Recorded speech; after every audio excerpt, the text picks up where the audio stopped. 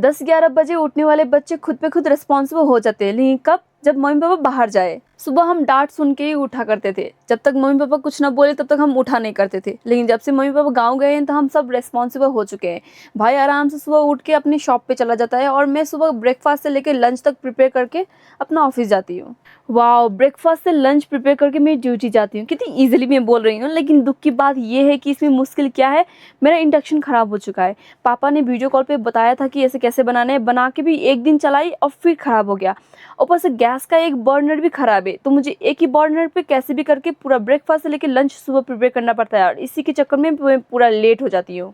2 minute में Maggi भले पके ना, लेकिन मैं रेडी झटाक से हो जाती हूँ। मतलब 2 मिनट भी नहीं लगता है। मैं अपना हेयर सेट अपने प्यारे हाथों से करती हूँ, कोम की ज़रूरत नहीं पड़ती है। और मेकअप की बात करूँ तो मैं बस मॉइस्चराइजर एंड सनस्क्रीन और जो मैं लिपस्टिक खरीदी थी वो लगा रही हूँ। और भाई मैं इतना जल्दी में होती हूँ कि मैं अपने ऑन पेयर सॉक्स लगा के चली जाती हूँ, क्योंकि मुझे पता है कि मेरे सलवार वाले जीन्स से ढका हुआ होता है।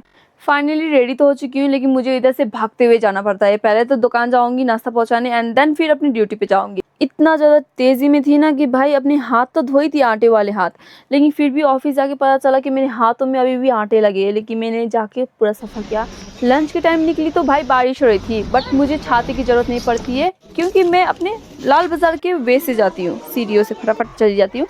देन मुझे खाली टिफ़िन लेके आना पड़ता है शॉप से और फिर फटाफट मुझे गर्मा गर्म रोटी बनाना पड़ता है। सुबह जल्दी के चक्कर में मैं ब्रेकफास्ट स्किप कर लेती हूँ, लेकिन फिर भी मैं लंच में अपने लिए चावल बनाती हूँ। मैं अपने लंच ब्रेक को इतने अच्छे से यूटिलाइज़ कर रही हूँ, भाई कोई मेरे से सीखे।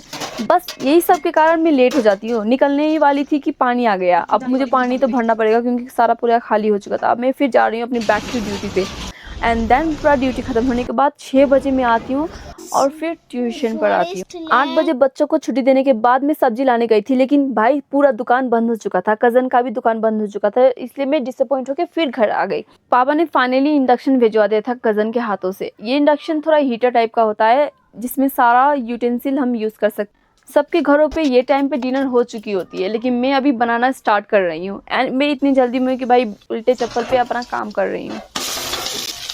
सुबह आराम से उठी हूँ, इसलिए मैं रात को ही पूरा सफाई कर देती हूँ, इसलिए इनको जल्दी जल्दी खाना देती हूँ एंड देन हम फटाफट खा के मैं सफाई करना स्टार्ट कर देती हूँ। भाई मेरी एनर्जी देखो, पता नहीं ये एनर्जी कहाँ जाती है। मम्मी होती है तो भाई मैं एकदम आलसी हो जाती हूँ, लेकिन देखो यार।